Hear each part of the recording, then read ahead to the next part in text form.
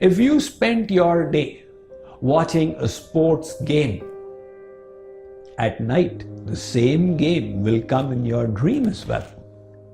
And if you spent your day watching Bollywood movies, in your dream too, you would see the heroes and heroines. What does this mean? Where you attached your mind, it picked on those qualities. This is the malleable nature of the mind. And that provides us with hope. What we were yesterday and we are today, we need not remain tomorrow.